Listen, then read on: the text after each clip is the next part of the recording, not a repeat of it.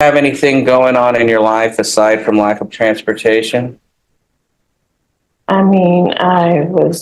This is the story of Jessica Marillo, a woman who once stood before the court in 2019 for bribery, already a serious charge carrying long-term consequences. Instead of prison, she was given community supervision, a second chance. But second chances in the justice system come with strings attached, and when you cut those strings, the rope usually snaps back hard. For over 2 years, Jessica failed to report to probation, a direct violation of condition number 5. Today, we're watching the fallout of repeated failures, excuses about transportation, homelessness, and even struggles with addiction. The defense is fighting to keep her on probation, while the state is pushing for full revocation. The stakes? Up to 5 years in prison. So, who will the judge believe, Jessica's story of hardship and newfound sobriety, or the hard record of repeated violations? Let's break it down. Are you the same Jessica Marillo who was placed on community supervision in 2019 CR 4331W for the offense of bribery on May 1st, 2019 for a term of 5 years? Is that you? Yes, ma'am. State? Yes, Your Honor. Violated condition number 5 in Bear County, Texas. The defendant, Jessica Marillo, defendant there failed to report to the supervision officer as directed for the months of January through December of 2022, a violation of condition number 5. How do you plead to that? True or not true? Sure. State? Your Honor, we'll go ahead and raise the other things. Any objections? No, Your Honor. Did you understand by pleading true to violation of condition number 5, the court could find it true, grant the motion, sentence you up to 5 years in prison and up to a $1,500 fine? Yes, ma'am. Knowing that, do you still wish to plead true to violation of condition number 5? Yes, ma'am. Court will find violation of condition number 5 true. Is there a proposed agreement? There is not, Your Honor. All right, state, what are you requesting? Revocation, Your Honor. Defense, what are you requesting? We're requesting that you continue her with an extension, Your Honor, and I'd like to call her as a witness at the appropriate time. All right, could you raise your right hand? Do you solemnly swear and affirm the testimony you give will be the truth and nothing but the truth, so help you God? Yes, ma'am. All right, you can lower your hand, state your name for the record. Jessica Marillo. All right, defense? Jessica, I'm going to ask you some questions. Make sure you answer everything truthfully and directly to the point. Yes. You did not report to probation in excess of 2 years, correct? What was going on? I didn't have transportation. Okay.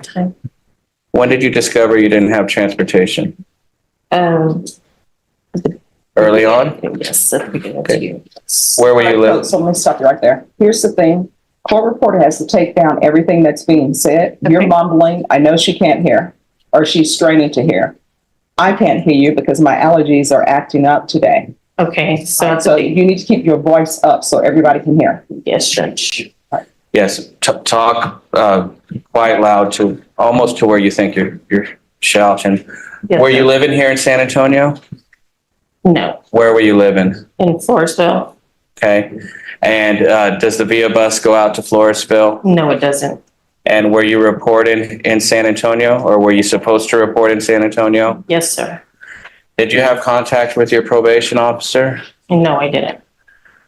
Were you aware that you could have asked for your probation to be transferred to Floresville? I wasn't. You said you never had contact with your probation officer? I did, I reported 2 times, I believe. It was 2 times, and then I stopped. And did you know how to reach your probation officer by telephone or email? I did. And did you contact him by telephone or email? I did not. Did you have anything going on in your life aside from lack of transportation?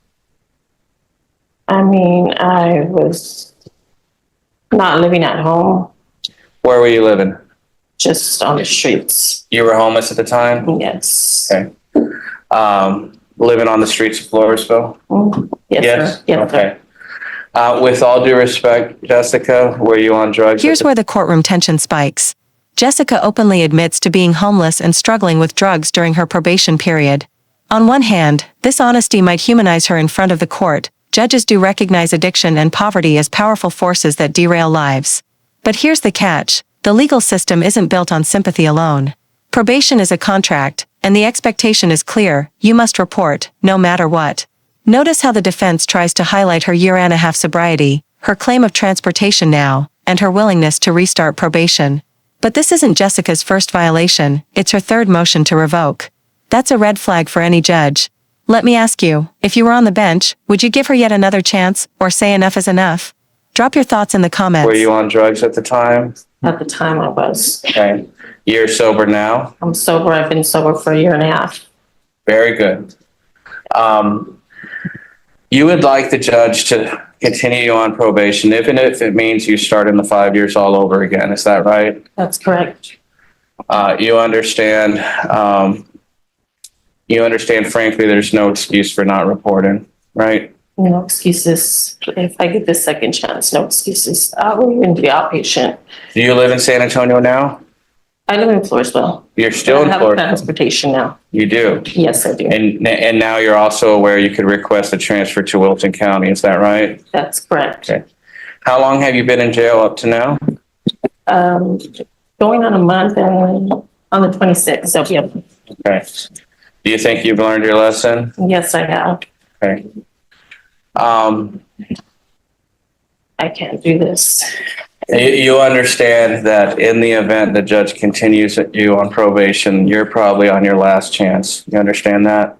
Yes, sir. You understand that there might be conditions that you have to abide by that frankly aren't a whole lot of fun and might be a pain. I'm okay with that. I'm okay with whatever. Okay. I'll pass the witness. This is your third motion to revoke, is that correct? Excuse me? This is your third motion to revoke your probation. Is that correct? Correct. Okay, no further question, John. All right, so you've been here previously before for not reporting. So if you didn't understand the first time to call probation if you're having issues, most definitely when you were here before for failure to report, you would have understood that. You have not been on probation in this court. And let me explain why. The reason why I say that is because you have done nothing. What have you done on probation? What condition have you completed on probation?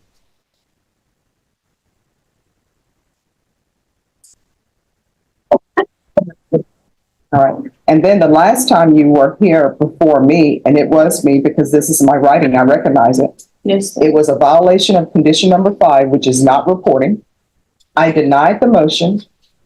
And the prosecutor, it wasn't this prosecutor, but another prosecutor asked for zero tolerance. And I told people, I really don't do zero tolerance. You just need to do what you're being asked to do. But they said, no, judge, please, zero tolerance. And I wrote down zero tolerance. You were to do a UA by 11:30 a.m. on January 12th, 2021. There was to be weekly Zoom reporting until further notice, and they were going to patch you.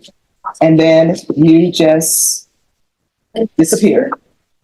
And we haven't seen you since. So there's no reason for me not to grant the motion. You don't want to do probation. You want to do your own thing. So I'm going to grant the motion to revoke. I'm going to sentence you to the 5 years in prison. I'm going to give you credit for any time served.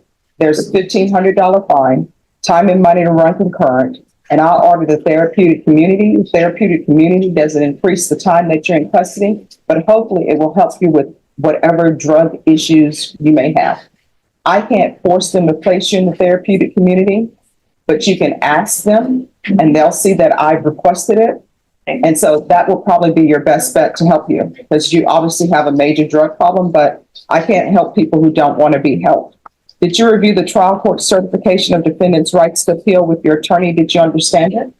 Yes. All right, you have a limited right. Thank you. You have a limited right to appeal, and that right to appeal is as it relates to the allegations in the motion, not the fact that you're on probation. You understand? Sure. All right, we can go off the record. How many children do you have? One. All right.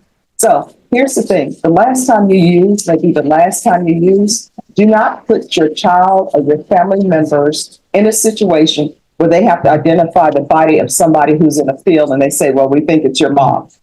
And then you know what will end up happening? They will have to identify your body and say, yes, that's our mom. Don't do that.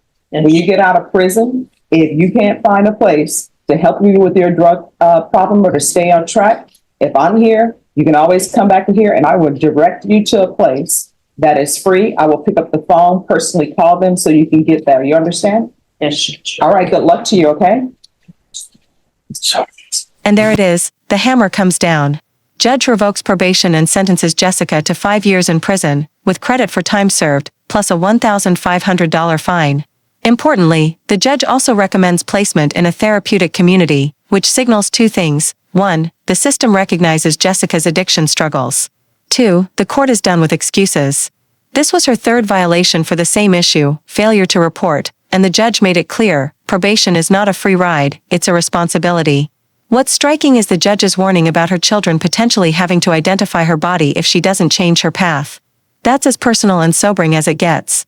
If you found this case as shocking as we did, make sure to hit that like button, share your thoughts in the comments, and don't forget to subscribe for more jaw-dropping courtroom breakdowns.